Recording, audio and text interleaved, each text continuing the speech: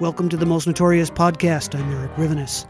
Well, it's been a while since we've talked 1930s gangsters, my favorite true crime topic in the whole world. My guest today is Michael Wallis, a best-selling author, award-winning reporter, a historian, storyteller, and a biographer of the American West. Among his many books are David Crockett, Lion of the West, Billy the Kid, The Endless Ride, and Route 66, The Mother Road 75th Anniversary Edition. He also provides the voice of Sheriff in the Disney Pixar Car series. Today we're going to be discussing his superb biography of 1930s Midwest bank-robbing gangster Pretty Boy Floyd. It's called Pretty Boy, The Life and Times of Charles Arthur Floyd. Mr. Michael Wallis, it's so great to have you here with me. Thank you. Well, I'm delighted to be with you. I appreciate it very much. Let me start by asking you, what draws you in your writing and storytelling to the American West? I think it's a matter of my roots. I was born at the end of World War II in the old river city of St. Louis, the storied gateway to the West. So I just always looked west, literally and figuratively. And I was very much stirred by the stories I encountered in that grand old city from the get-go. And some of the stories came from members of my family, including my maternal grandmother, who, as a young girl, came to the United States from Germany in 1880. She was about 5 years old, and she had great yarns to tell me about being a little girl in Kansas City in 1881 when two of her brothers ran into the house and with news that 2 days ago out in New Mexico territory, somebody shot Billy the Kid dead. And then the next year, April of 82, those boys ran in the house and said, guess what? Jesse James was just gunned down by the Ford brothers up at St. Joe. And she had all kinds of stories about those colorful days, just right through the turn of the century up through World War One.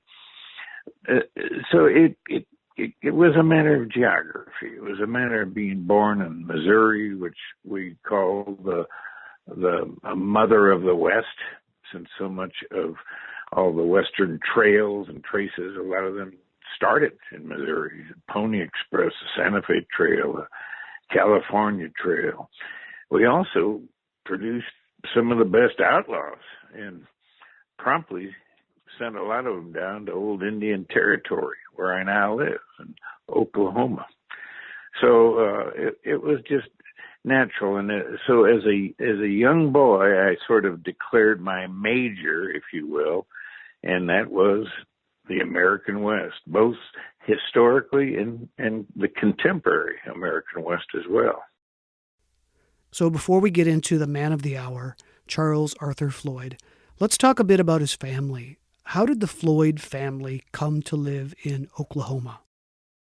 Oklahoma was, back in the 19th century, became literally a dumping ground for Native American people, thanks to Andrew Jackson, who signed them away in the Indian Removal Act of 1830 and started with moving the 5 tribes from southeastern United States, the Cherokees, the Creeks, the Chickasaws, the Choctaws, and the Seminoles, to this place where I now live, which became Oklahoma. But then it was Indian Territory. And it was a wild and woolly place from the get-go there. And none of the white men's laws were enforced here. There were eventually some light horsemen riding for some of the tribes. And eventually, of course, over in Fort Smith, Arkansas, just across the border from Indian Territory, the very famous hanging Judge Parker and his hangman set up a seat of justice, sending U.S. Marshals over in the Indian Territory to round up any renegades. But this became a land then for people who were forcibly moved here, or for people like those Missouri outlaws I was talking about who used it for just a big old hideout. They could come down here and hopefully away from the strong arm of the law, unless one of Parker's deputies got a hold of them and brought them back for the bounty. Then people naturally started moving this way. Other people, Anglo people, and they became the first Sooners and Boomers, and those terms came out of the land runs of the late 19th century. There was a series of land runs when the government, as they always did with Native Americans, reneged on treaties, and they opened various Indian lands up for white settlement. And the Sooners and Boomers who went across the line before the starting gun went off, that's how they got the name Sooner. When the run became official, they did dash into this territory and stake their claims. So you had all kinds of people settling in here from different parts of the country, but a lot of them from the deep South and mid-South. And that migration took place the last few decades of the 19th century into the 20th century. And the Floyd family, from the great Floyd clan in North Georgia, made their move over here in the early 1900s. And they brought with them their brood of sons and daughters. And one of them was Charles Arthur Floyd, born to Mamie and Walter Floyd. And they settled in what became known as Sequoyah County. And in 1907 became the state of Oklahoma. And this is where they resided the rest of their lives, near a county seat by the name of Sallisaw. So Charlie Floyd was a pretty precocious, high-energy kid, and he was about 10 years old when he committed his first crime. Is that right? That's roughly correct. That's the first one we know about. It certainly wasn't enough to be named public enemy. He stole cookies. And he didn't steal them from his mom's, from Mamie's cookie jar. He stole them out of a grocery store and ended up getting a good switching for that. But even then, there was no indication that a childish misdemeanor like that would lead him to become what he became. But he always had a bit of mischief in him. And a lot of times it was just from his spirited nature. He caught on quick. He had a lot of good old country horse sense.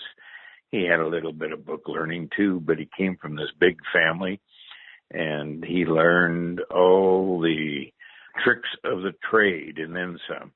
He was a good horseman. He was a good hunter, and he knew early on, because of his grandfather and father, how to make good whiskey, woods whiskey, moonshine. And that was the practice of the day. Moonshine was almost a cash crop. And he not only learned how to distill good whiskey, Old Banghead, he also learned how to make this fermented beverage that was very popular in these parts, called Choctaw beer. It was a fermented drink. Some people found it very troublesome and didn't particularly care for it, but some people drank it like spring water. And Charlie Floyd learned how to make it quite good.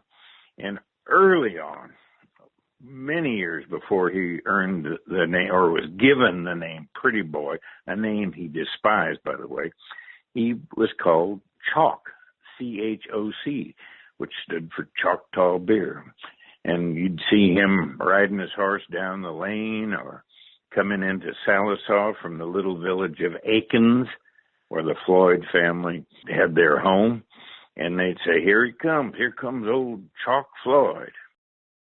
You tell some great stories about his childhood, including one where Floyd rescues his sisters from a massive rainstorm. Charlie Floyd was fearless. And a lot of those boys and girls were fearless back then. They had to be. But yeah, there was a very famous story of how he rode out on his horse and even had one of his sisters grab the tail of the horse and rode them out, pulled them out to safety. There are many stories like that. Stories of him besting the schoolyard bullies that were taking advantage of people. He would stand up for people, and he'd stand up for the other guy or gal as well. He was just an all-round boy, a country boy, wearing bibbed overalls, going out in the fields, working, hoeing cotton, planting, putting meat in the pot, shooting a squirrel or two, going down to the river to have a dip. But that mischief was kind of his trademark. One evening, a brush arbor revival where all these good hardcore Baptists who cooked whiskey all week put on their hair shirts and went down to get things right, sing every verse of Amazing Grace, and under a big arbor covered with brush, they'd listen to the preacher and sing hymns. And Charlie and one of his young Confederates went around, and all these babies were wrapped up, bundled up in the backs of wagons, sleeping, and they switched all the babies around. They'd take one baby from one wagon, put another one in its place. And this became a very famous upheaval down there in Sequoia County for that evening when it all broke up in the wee hours. It was said you could hear this communal scream come from scores of mothers when they discovered the baby they were holding wasn't their own. And it took damn near the whole next day for everybody to sort out the babies. But for Charlie, it was just having some fun. That's all. That's great.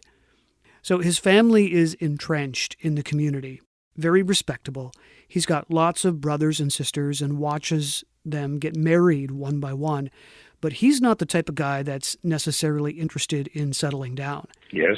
And he decides to go out on his own and try to make a living as a harvest hand.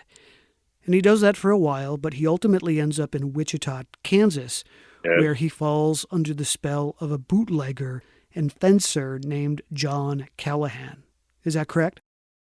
That's totally correct. It was sort of an Oliver Twist story. Yeah, Callahan was an infamous old coot who mentored a lot of outlaws and ran a big liquor operation out of Wichita up in Bone Dry, Kansas.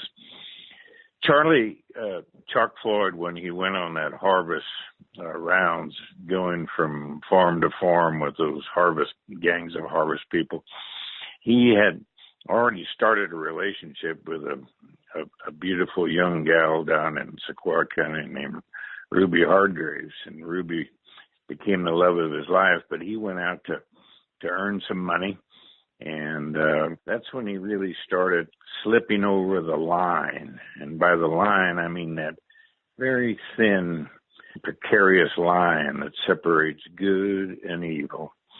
And he danced on that line for a long time, but finally he went on the other side and really never came back. There was another incident between the cookie theft and the times he hooked up with Callahan, and that's when he and another pal robbed a little grocery down in Aikens, which also happened to serve as a branch post office, and they stole a whole bunch of pennies that belonged to the postmaster. Allegedly, they all ended up dumped down a well. But he got into some pretty serious trouble for that. And the only thing that really saved him from going off to a reformatory was, again, old Walter Floyd, who, being a good Masonic brother, noticed a Masonic ring on the fingers of one of the agents that came to their house and used that as a wild card, and was able to get his son out of trouble with a good reprimand and probably a pretty good switching too. As you've already mentioned, he falls in love with Ruby, and they have a whirlwind romance, and they get married. Yes. They seem to be a match made in heaven. Yep. She doesn't mind his carefree personality, his wayfaring ways, and Chalk walks with a bit of a swagger. He's a troublemaker. Evidently, she's into bad boys. She likes bad boys. He did walk with sort of a swagger, but he wasn't, he was never a bully. He was just the opposite of a bully. But he appealed to her. There was something about Chalk Floyd that appealed to a lot of folks, quite honestly.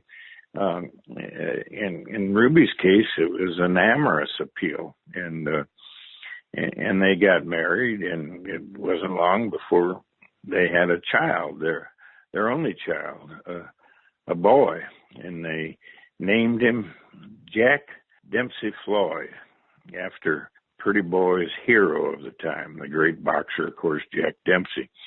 And I had the pleasure of spending a bit of time with Jack Dempsey Floyd before he died as an older man, not too many years ago. And most of the Floyds and his friends always just called him Dempsey. But he was important to me because he gave me so much information that's never been shared about his father, the family, the times, and, an inside look at what it's like to be the son of an outlaw. Yeah, there were some wonderful stories in the book, and we don't have time to get into all of them today. Some really sweet little gems that show a softer side to Pretty Boy Floyd. But let's jump to September of 1925. Sure. He's married, he's in love, he's got a baby on the way, but he has a hard time sitting still and decides to rob a payroll in St. Louis, Missouri. Can you talk about it and how he was caught? Well, he was still very much an amateur when it comes to armed robbery. This was his first armed robbery. He got a big old thumbbuster pistol by trading some of that good moonshine for it. And he and a cohort decided to, let's go up to the big city of St. Louis. And they did.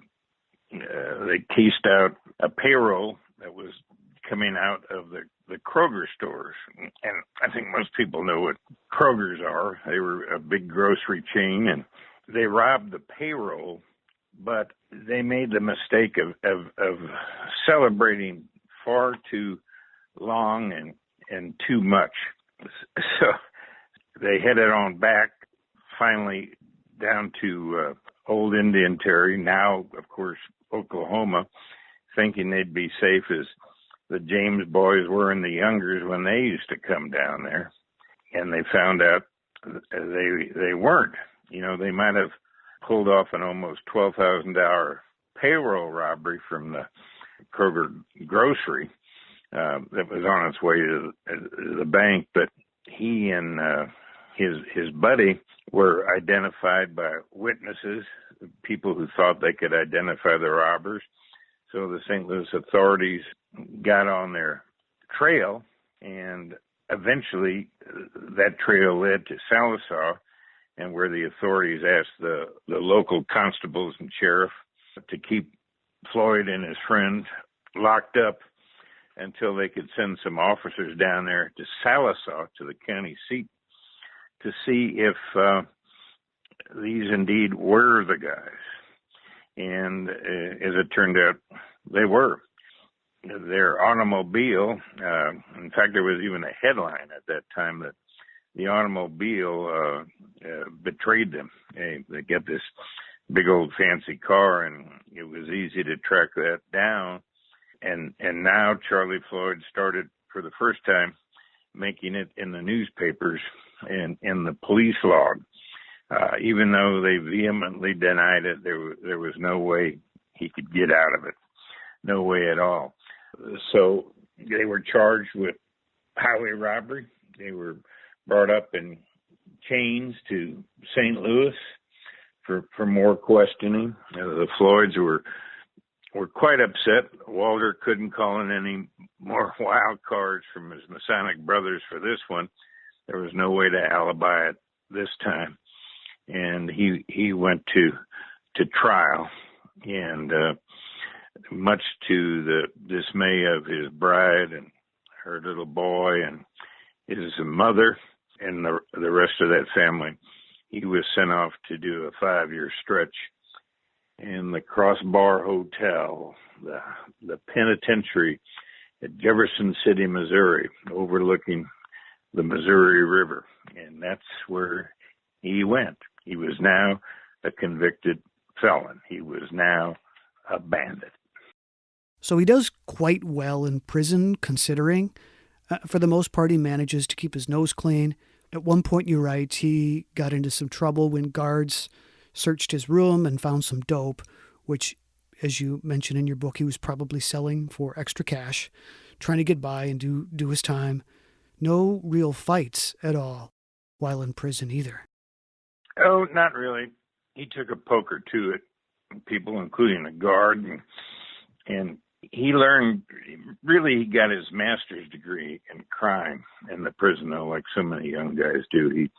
He was around a lot of hardened men, and he quickly learned that some of the best criminal minds going at that time kept their sanity by plotting their own version of high crimes and misdemeanors while they were in the joint.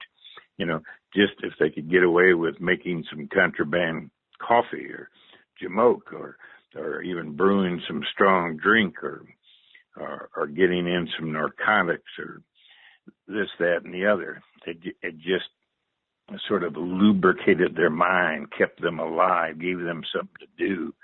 But penitentiaries back then, when I was researching this book, I spent a considerable amount of time in that old stone penitentiary. And I stood in Charlie Floyd's cell and I had a good look at it. It was a tough place, and it did harden him.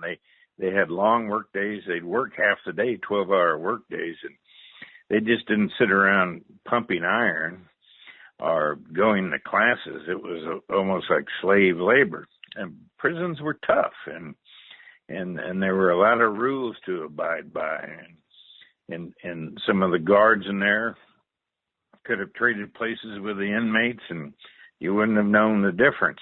It was tough. You could be killed with a shiv. You could get stabbed fighting over a St. Louis newspaper or a stool in the dining room. So he became a survivor. He learned to keep his nose out of other people's business. He learned when to speak, what to speak about. He learned to give those guards and the yard bulls wide berths.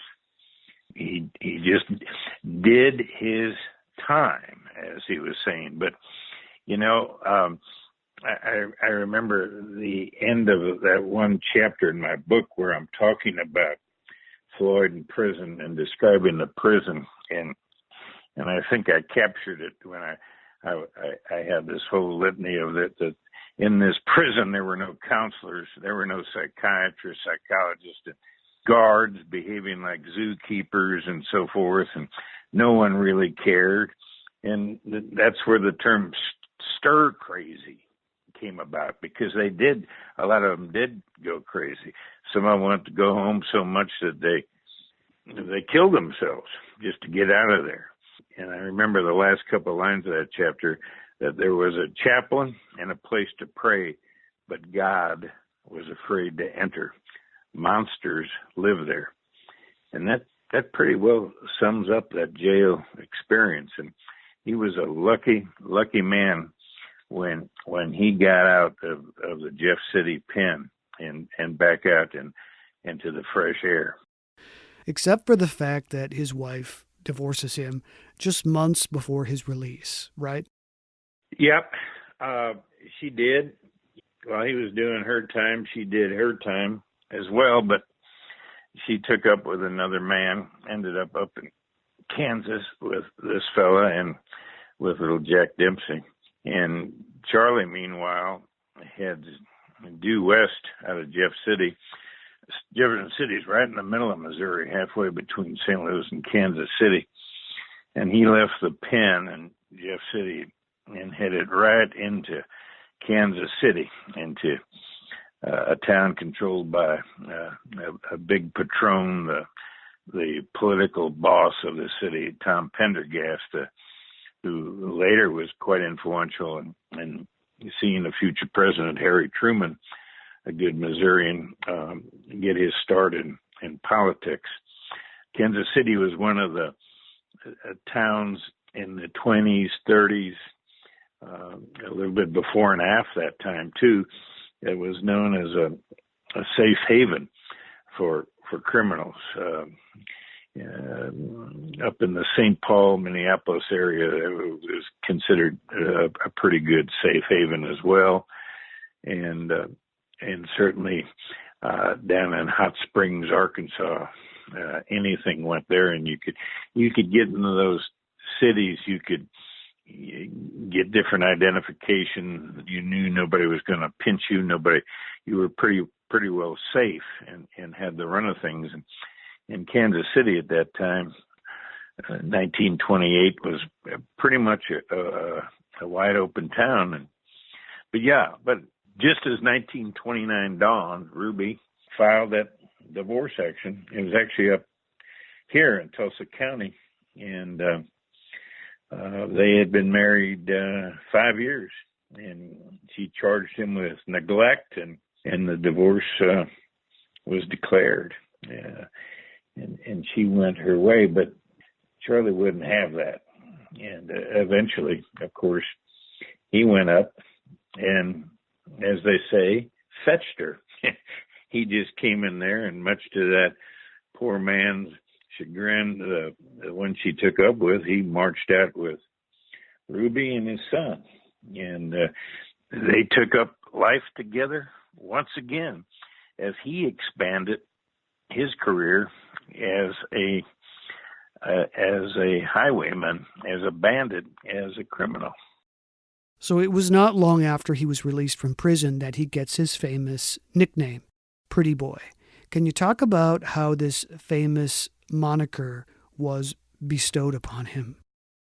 Well, there are a couple stories. One story that's generally told is that he got his name from a newspaper reporter, but the Floyd family has it another way. And yeah, that's true that it did appear in print finally, but most people who were close to Charlie remembered it this way, that he found safe haven in Kansas City and had taken up with a bad element, of course.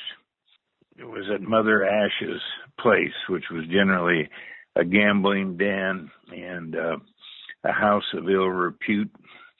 And he was involved. He'd play poker there, and as high stakes as they could get.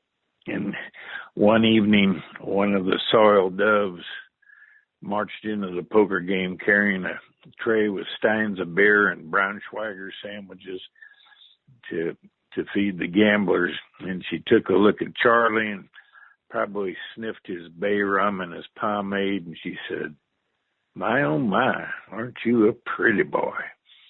Well, those boys at that table weren't about to let that name die away. And so it stuck, and the word got around, Pretty Boy Floyd. And so no longer did folks say, at least the ones that not down in his hometown, "Here comes Chalk Floyd," they'd say, "Here comes Pretty Boy." So speaking of Mother Ash, there is an incident that happens involving her family. Floyd has a partner with one of the best outlaw names ever, Bill the Killer Miller. Bill Killer, yeah. And he and Bill are involved with a couple of young women who are also being pursued by Mother Ash's sons. Yeah. Can you tell that story? Well, there's not too much to tell, except that Charlie had an eye for those girls too, and it was reciprocated. He was never really formally charged with it. But there's little doubt that the demise of the Ash Boys, who ended up stone cold dead, shot to death, Charlie Floyd had much to do with their demise. And certainly that's what Mother Ash, good Mother Ash herself said. It was Pretty Boy that did it and marched off with those two gals.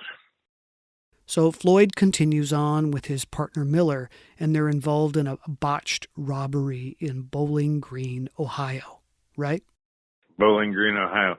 Yeah, they began hitting banks, and a lot of the banks that Charlie Floyd robbed were right across the Midwest. I would say the territory, the canvas, if you will, for his high crimes would stretch from about just east of Pittsburgh, right across Ohio, and a little bit down through the Mid-South into Missouri, Kansas, and then down into Oklahoma. There were other little adventures, shall I say. He was picked up one time, but it was for vagrancy, or it wasn't much of a charge out in Pueblo, Colorado. That's where a very famous mugshot was made of Floyd. But he and Miller did some pretty serious robberies until finally Pretty Boy was picked up. One of the gals got badly wounded, one of his gun mauls there, and he was being marched off, this time in Ohio, do a stretch in the Ohio penitentiary. And that's when he famously leapt from a speeding train into the night and somehow did not break his neck nor a bone. And that's when a lot of folks gave him another name that stuck for a while called the Phantom Terror. And the word got out that this guy was going to be hard to catch, hard to deal with, and was just as elusive as Mercury. And that's the incident where he's involved with a man who kills an Akron police officer, right? That's right. Right. Yeah. That's exactly right. So he becomes a noted escape artist, much the same way Dillinger did. And like Dillinger, Pretty Boy Floyd always swore that he would never go back to prison. And this fear of prison motivated him to risk life and limb to try however he could to get away whenever he was captured. And there's a really interesting story in your book where Floyd is holed up in a warehouse being used to store bootleg booze, I think. He's sitting around with a bunch of other thugs, either playing cards or in a meeting, when federal agents and police burst in and surround them. But Floyd goes for his gun, and a massive gunfight ensues with a bunch of guys getting wounded or killed.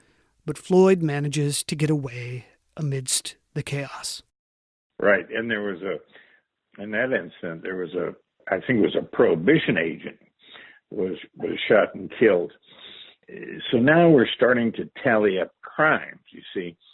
And suddenly, it's just about this time in his criminal career that it's being reported and the word gets out that Charlie Floyd is not only a very active bank robber and has robbed scores of banks now the numbers start getting inflated, but also that he's a cold-blooded killer and will just kill anyone on sight.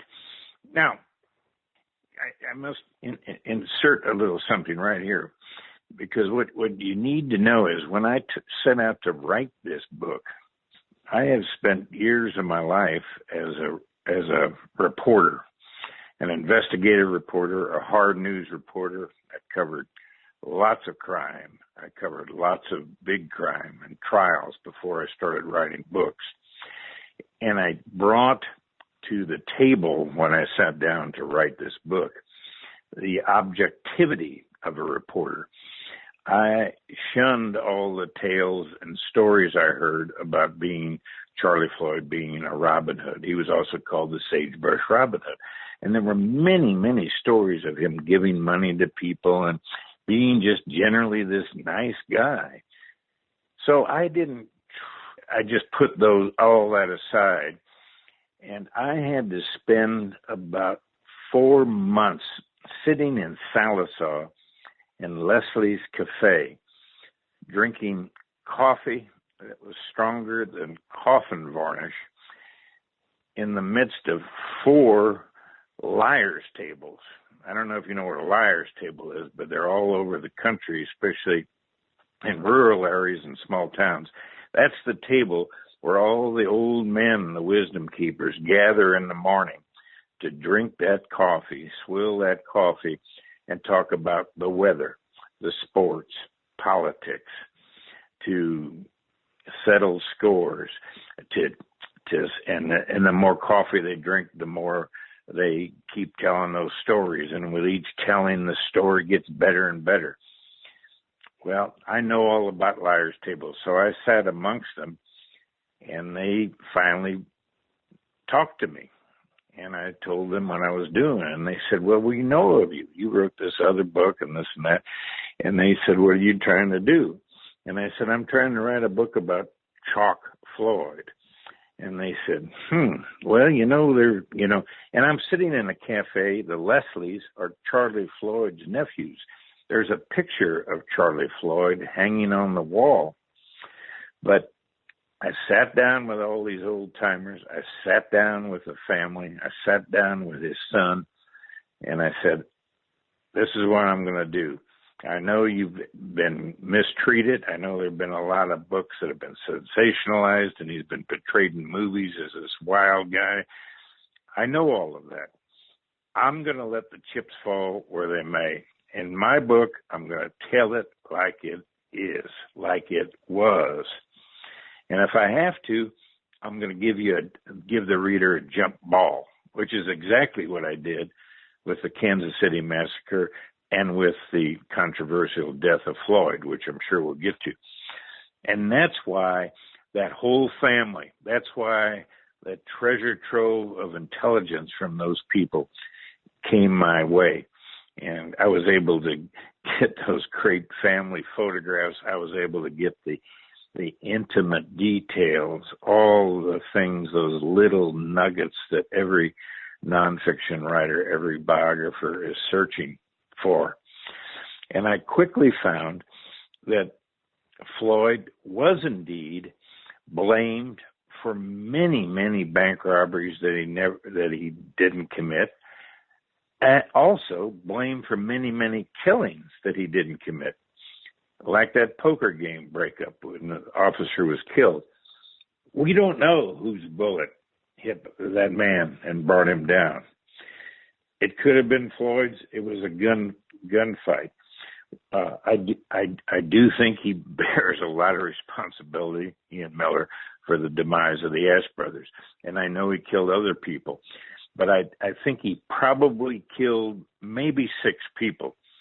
And as one old timer told me, a lot of them needed killing.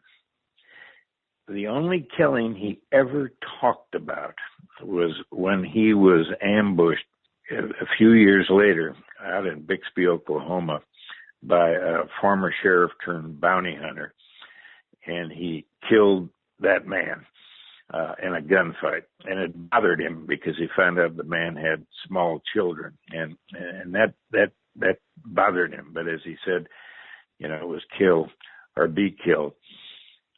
So the more I got into the story in Ohio and down in West Virginia and on the borderlands and here and there and places like Akron and St. Louis and all these different cities, I found out that he was, in fact, the historical term is a social bandit. And social bandits are a phenomena that appear whenever this country is in a great economic decline.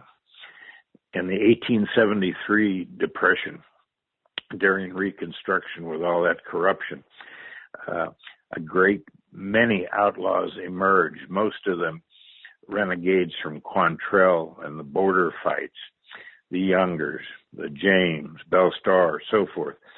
These are bandits that give the disenfranchised, the poor, the dispossessed, a hero that goes out and rides against the establishment, the banks, the politicians, the judges. And these outlaws don't know they're social bandits. That's just a term historians use. And they, in fact, aren't doing this out of any kindness of their heart. They're doing it to stay alive. When I say doing it, that means giving back some money to people, paying people off. It happened again in the Great Depression of 1893. The Daltons, the Doolins, the Oklahoma hombres, they came out of that depression, the disenfranchised. 1907 depression was the rich man's depression. There were no social bandits. But the Great Depression, the so-called Great Depression, spawned a bunch of them, and they all had colorful monikers, or most of them did. Babyface Nelson, Machine Gun Kelly, Pretty Boy Floyd. But out of that whole bunch, Pretty Boy was the only true social bandit. The others did a little bit of paying their way, but Charlie genuinely gave money to people to help them. He also focused on banks in these towns in Ohio and Oklahoma and Missouri that were foreclosing on farmers like his grandfather and his father. Now, no apologies, and the family makes no apologies for Charlie Floyd. He was a country boy that just didn't want to chop cotton, and he became an outlaw. He was a criminal. He was a felon. There's no question about it. I would not romanticize the story, but he was a social bandit, and I found this time and time again. He wasn't a mad dog killer. When the infamous Bonnie and Clyde, who were almost fit the profile of serial killers, sent a note to him through an emissary that they wanted to go on the scout. That's the term for go out in the outlaw trail. We want to go out and scout with you. He famously wrote back, "I'll have nothing to do with you. You give bank robbers a bad name." And that was it. So this is very, very important to keep in mind as we tell the story of Pretty Boy through those Ohio years, those early 30s, all the way up until his death in 34, that legend was being created around him through the press, through stories, but not all of them should be believed. Some would make an argument that John Dillinger was a social bandit as well. You can. He certainly saw himself that way, at least. Yeah, you certainly can. You certainly can. I will give you that. The Dillinger was like that too. Now, there's a difference though between Dillinger and Floyd and these other folks and the so-called gangsters. They truly weren't gangsters. Gangster means a gang, and none of these people, most of them were either of these bank robbers, these Midwest bank robbers, were either lone wolves or had a pal or two, maybe two wingmen, maybe just one. Charlie had a couple. One was killed, and the last one, Adam Richetti, died in the gas chamber. But Capone, the epitome of organized crime up in Chicago, he also was very giving. You know, he did a lot of PR for himself, giving money to people, to schools, to the church, this and that. But that was a whole another deal. And we can't neglect Mr. Hoover. J. Edgar Hoover comes out of this whole mix. A man just about the same age as Charlie Floyd, by the way. And when this was starting to build to a head in the 30s, and even after the 30s, Hoover is denying the existence of organized crimes. He's not going after the mafia or the Costa Nostra or Capone. Other elements of the government are, like Elliot Ness and Treasury and so forth. But Hoover, who was possibly one of the most ambitious people of the last century, is out for him feathering his own nest. So he's going after these lone wolves and small operators with the colorful names, and collecting their scalps to enhance his bureau, which became the Bureau of Investigation and became the Federal Bureau of Investigation during that time.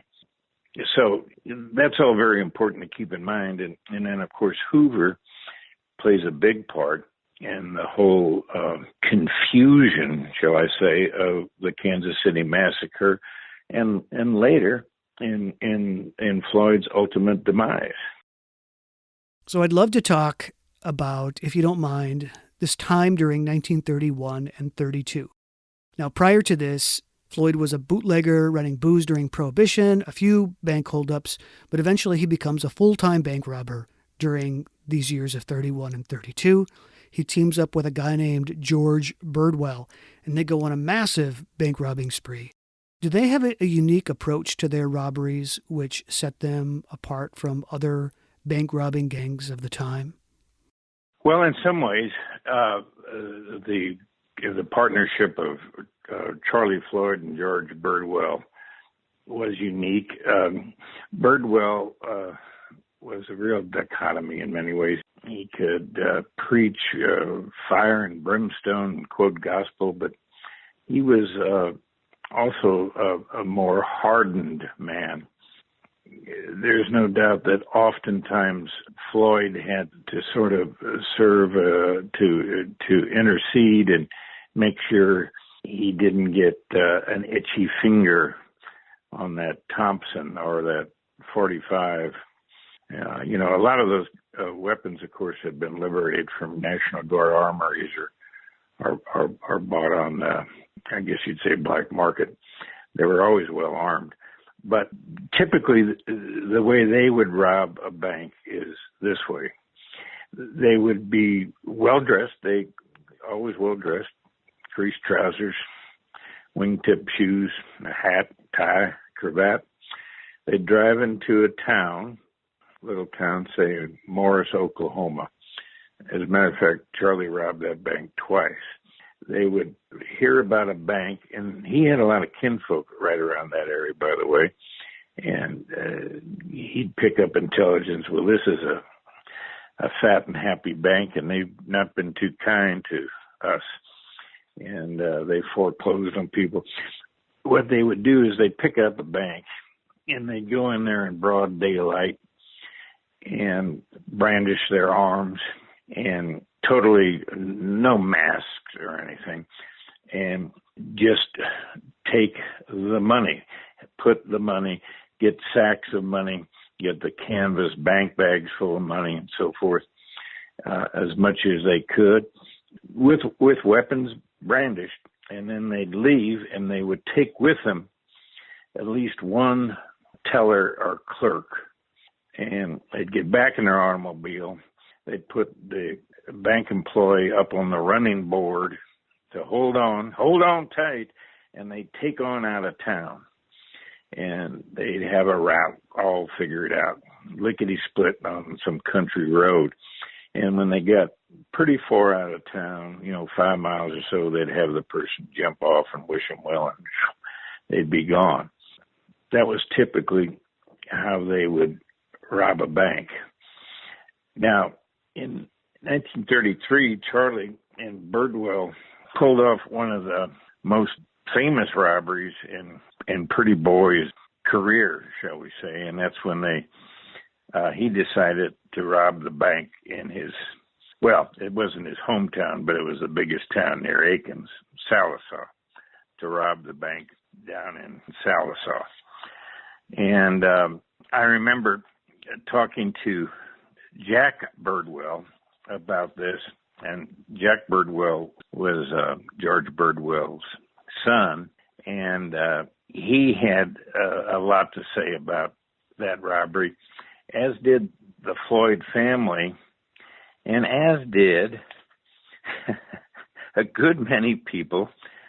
They're probably dead now, but when I was researching this book, they were very much alive, who were just teenagers or even grade school kids at the time, because they all knew about the robbery. In fact, the whole town knew that the Sagebrush Robin Hood was going to come home and rob that bank. And that bank had been foreclosing on people.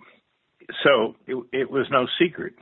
It was a lot of Chalk's friends on the Floyd clan knew he was coming down because they spent the night before out at his grandmother's home. So it was going to be an early, it was, I think, about the 1st of November when they went out there. And in fact, old Charlie Floyd, Charles Murphy Floyd, Chalk's paternal grandfather, this old Georgia cracker, he was in his 70s then. It was said that he put on a fresh pair of overalls and he came into town and joined up with his Liars Club bunch, and they had a little table, the Spit and Whittle Club, over at the train station right across the street from the bank on Main Street. And they went there and had a catbird seats because they wanted to watch the robbery. And they were pretty excited because they were pretty confident that in less than a week, their chosen candidate, Franklin D. Roosevelt, was going to give Herbert Hoover a good whipping at the polls, which he did. And they were pretty excited about that. So this was going to be quite a show when Charlie came to town. So Charlie, Floyd, and Birdwell drive out and go to Salisaw. And on that particular bank robbery, they had a young man with them named Aussie, Aussie, Elliott, a young man, maybe 20 years old. And he was driving for him, and he was sort of a squire. He was an up-and-coming outlaw. And he had been, by the way, just incidentally, a very good baseball player, but didn't pursue the sport and went in for another sport, shall we say. So they drove into town and parked really close to the bank and got out, and Charlie went in to the barber shop right next to the bank because all the chairs were filled with friends of his. And he came in and said, "Hey, how you guys doing?" And they said, "Hey, Chalk, we heard you were coming. What you up to?" He said, "Well, I'm going to rob that old bank." And they said, "Well, give him hell." And he said, "You bet I will. I will." So they walked out. He was greeting people and, farmers, and they're walking around, and his grandpa was waving at him. And they walked into the bank, and he told Birdwell, people remember him saying, "Now, George, don't be flashing that Thompson around. These are all my friends. Nothing's going to happen." And they went in, and what I don't know that day is that what Floyd liked to do, and if he could, he would find unrecorded mortgages, and he would destroy them. And I'm not sure if he did that day at that bank, but typically that's what he'd like to do. Now, if you were a dirt farmer just barely hanging on, and suddenly your mortgage, all the paperwork just disappeared, you might feel pretty good about that, you see. It's just like when Charlie would drive up to some farm and have Jack Dempsey or one of his nephews or nieces put a big box of Christmas groceries on a front porch, and they'd take off. And people would know where that came from, and there'd be some money in there. He was very much like a Viet Cong. He was like a guerrilla fighter. It was very smart to live off the goodwill of the people. The stories of, leaving thousands of dollars with people, true, he'd leave a few dollars or something, but he always paid in his way. And that's why he truly was a social bandit. So on this day, they came out and they took a teller with them. But when they got out, I think they got a little over $2,000 there in that, $2,500 something. But when they came out and put this guy up on the running board, a lot of the money was in coinage, and they just spilled it out on the sidewalk. Well, it was around noon, and everybody's cooking, and the school was out for lunch, And all these school kids end up running down there and picking up $50 and quarters and change. And Charlie, they get in the car and they scoot out of town. They get out a little bit. Now, the sheriff, the local constable, they're parked on the other side of town under shade trees taking a nap. They're not going to go anywhere near that bank that day.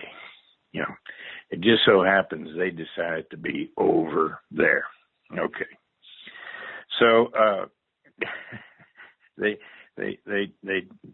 got out of town, right down Cherokee Avenue, and then out in the country with Ozzie Elliott. And then when they got out, they had this young man jump off the board, and they took off and shot out across the pastures and through the woods and on those dirt roads. And when that evening, they got back to his grandmother's. They snuck back into his grandmother's house, and old Grandpa Floyd was there, and he was fit to be tied. He and his buddies were talking politics so much, and and Han, that they missed the whole robbery. So his grandpa said to him, "Chalk, I want you to go back tomorrow and rob that bank again, but this time I'm going to watch it." And he said, "Oh, Grandpa, I can't do. No, that's pushing it. I can't do that." But people likened it to a matinee idol coming home for a solo performance, like a Broadway actor. It's a interesting scene. Now, another big help to me in writing this book, and it pertains to just this episode I'm telling you about, is I caught wind of a man in doing my research who knew Floyd very well and was himself a retired bank robber. And I would talk to this man. I found him out in an old bootlegger's hollow, living in an Airstream trailer. His name was Carl Janeway. And when I heard about him, I went through Freedom of Information. I got the FBI files on him, and I got the Oklahoma Bureau Investigation files, and his rap sheet stretched from here down where I'm sitting to the Arkansas River, about 4 blocks. He had done everything, the Mann Act. He had transported prostitutes. He had run liquor. He had been involved in several bank robberies. I don't know if you've ever heard of the Tucker Prison Farm over in Arkansas. It was famous. It was featured in a movie many, many years ago, an early Robert Redford movie called Brubaker. It was an infamous prison, the Tucker. He escaped from Tucker.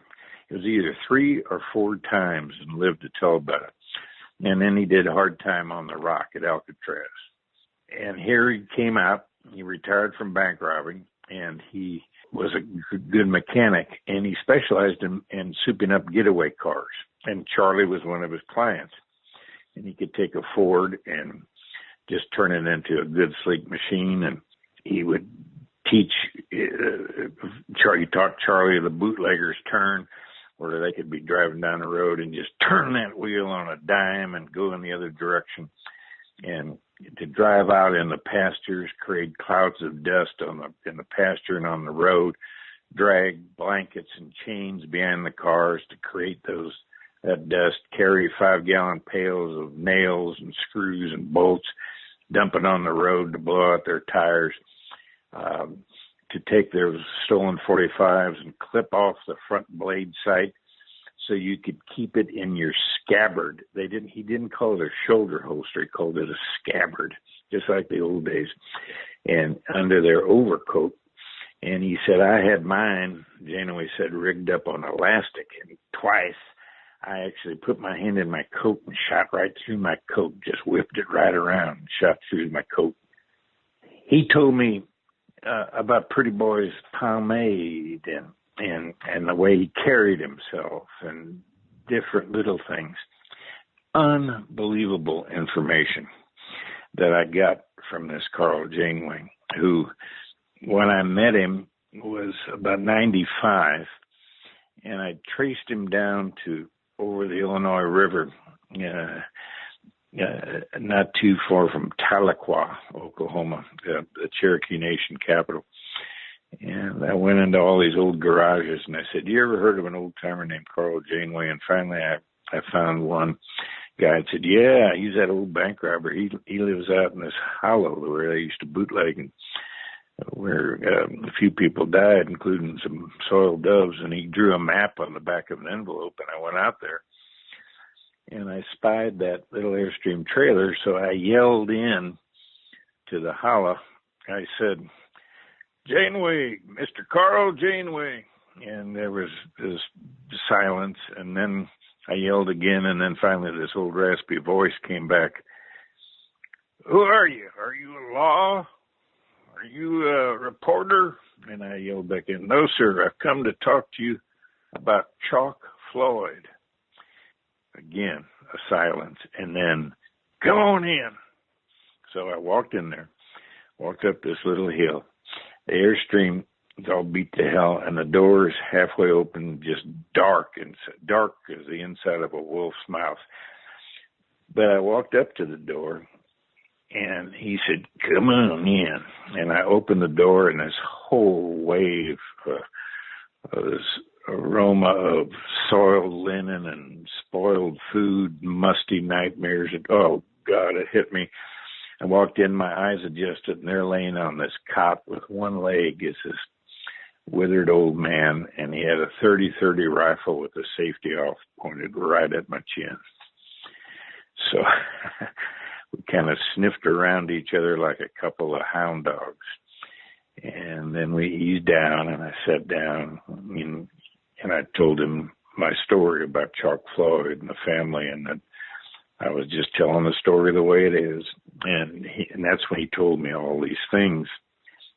A few months later, my editor from St. Martin's Press, Bob Weil, a great guy, who then went years later to W.W. Norton, and I went with him to Norton. Norton's my new publisher, and that's where we put out another edition of Pretty Boy from Norton, so it's still in print.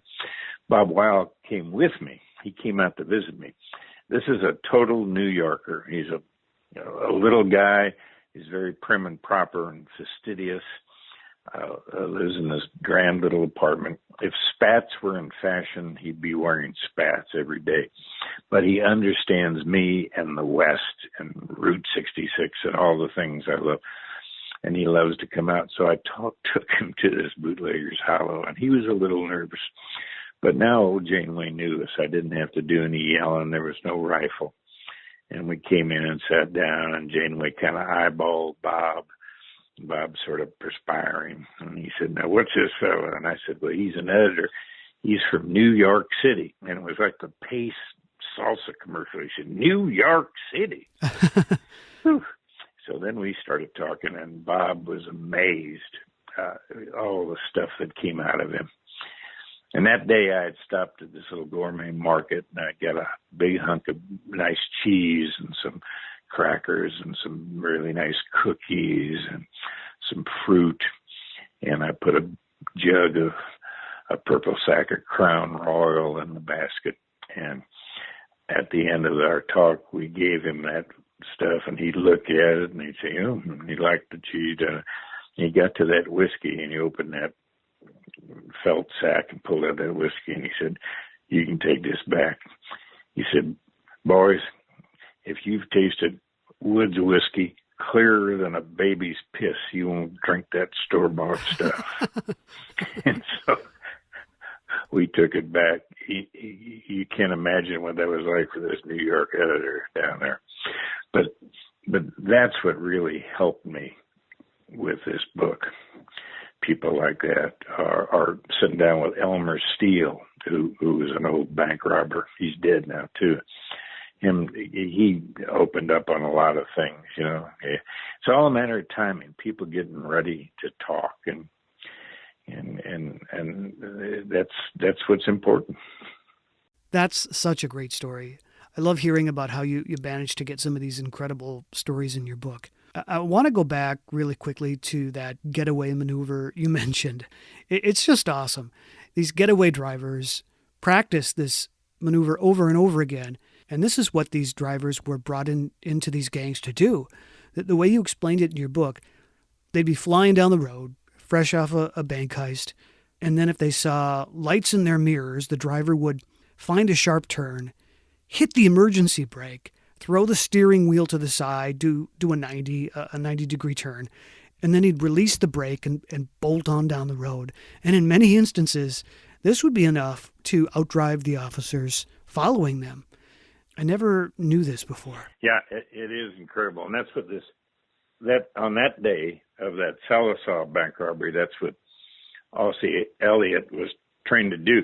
Now, I don't think he had to perform that particular maneuver that day, because they got away clean and made it out through the backwoods and back home to Grandma's house that night. But there were times or two when they had to use that when the law. But again, a lot of these little towns, these local sheriffs, this was the Depression. They weren't making much money. The outlaws were much better armed than they were. They had better cars, so they weren't about to endanger themselves. And that you really can't blame them for that. That's for sure. So our interview was long enough that I thought it best to split into two parts.